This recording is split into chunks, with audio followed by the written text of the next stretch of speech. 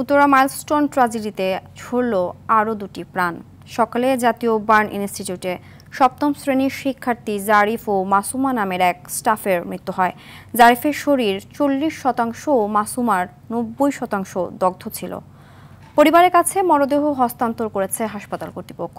বাদ আসর উত্তরার 12 নম্বর সেক্টরে জারিফকে দাফন করা হবে বলে জানিয়েছে তার পরিবার। এখন পর্যন্ত এই ঘটনায় মৃতের সংখ্যা দাঁড়ালো 35 জনে।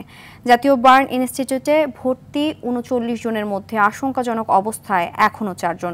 রোগীদের সুস্থ করতে সিঙ্গাপুর, ভারত ও চীন থেকে আসা বিশেষজ্ঞ চিকিৎসক দল এখানকার ডাক্তারদের সঙ্গে সমন্বয় করে কাজ করছে।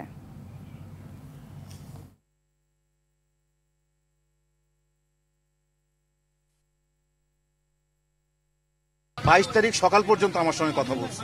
কথার মধ্যে একটা সময় ওর ওই মানে এই দুর্ঘটনার বর্ণনা দিতে গিয়ে ওরা 4 বন্ধু খুব ক্লোজ।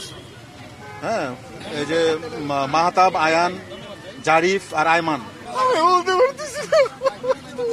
কালকে অনেক ভালো ছিল, তা কালকে পানি খাইতে চাইছিল, তা অনেক ভালোই ছিল। ডাক্তাররা অনেক সাহস দিয়েছিল যে ও ভালো হয়ে যাবে, কিন্তু আজকে তো।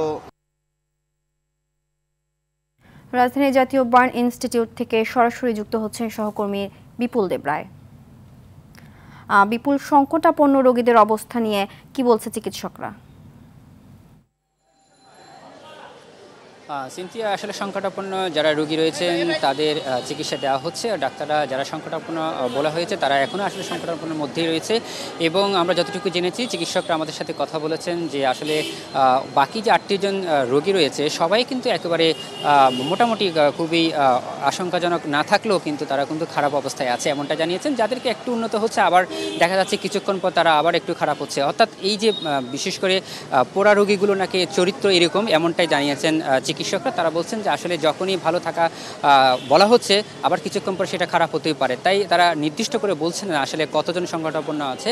তবে তারা যেটা জানিয়েছেন যে 3 থেকে 4 জন খুবই বেশি গুরুতর অবস্থায় আছে, সেটা আমাদেরকে জানিয়েছেন। আরেকটি বিষয় জানিতে চাই যে আপনি জানেন জারিফের মরদেহ কিন্তু হস্তান্তর করা হয়েছে তার পরিবারের সদস্যদের কাছে, এবং আমরা যতটুকু জেনেছি জারিফকে আজকে বিকাল অর্থাৎ বাদ জোহার সময় কিন্তু জানাজা হবে, এবং জানাজার পরে তাকে উত্তরা 12 নম্বর সেক্টরের যে খালপাড়া এলাকা রয়েছে তার এলাকায় তাকে দাফন করা হবে, এমনটা আমাদেরকে জানিয়েছেন তার পরিবারের সদস্যরা। আমরা দেখেছি তার লাশ গ্রহণ করার জন্য তার পরিবারের সদস্যরা, বিশেষ করে বাবা, মা, বোন হতে শুরু করে পরিবারের আত্মীয় স্বজনরা কিন্তু এখানে আসছিলেন, এবং তারা গণমাধ্যম কর্মীদের সাথেও কথা বলেছেন। তারা বলছেন যে আসলে এই শোক সইবার নয়। আর যেই বিষয়টি জানাতে চাই সেটা হচ্ছে কিছুক্ষণ আগে আমরা দেখেছি মাসুমা যে আরেকজন মারা গিয়েছেন, তার মরদেহ কিন্তু হস্তান্তর করা হয়েছে। তার স্বামী এসেছিল এবং সেই লাশটি কিন্তু এই কিছুক্ষণ আগে অ্যাম্বুলেন্স লাশবাহী গাড়িতে করে নিয়ে যাওয়া হয়েছে, এবং পরিবারের সদস্যরা কিন্তু গণমাধ্যম কর্মীদের সাথে কথা বলছেন। তবে আমরা যতটুকু জানতে পেরেছি তার বাড়ি হচ্ছে ভোলার বোরহানউদ্দিনে, এবং তাকে তারা এখানে থাকতো ঢাকার তুরাকেই থাকা হয়। তার দাফন কখন হবে এখনও পর্যন্ত জানতে পারি নাই, তবে আমরা হয়তো কিছুক্ষণের মধ্যে সেই বিষয়টিও জানতে পারবো তার পরিবারের সদস্যের সাথে কথা বলার পর।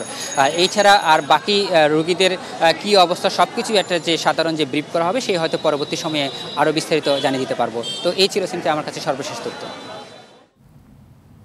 ধন্যবাদ।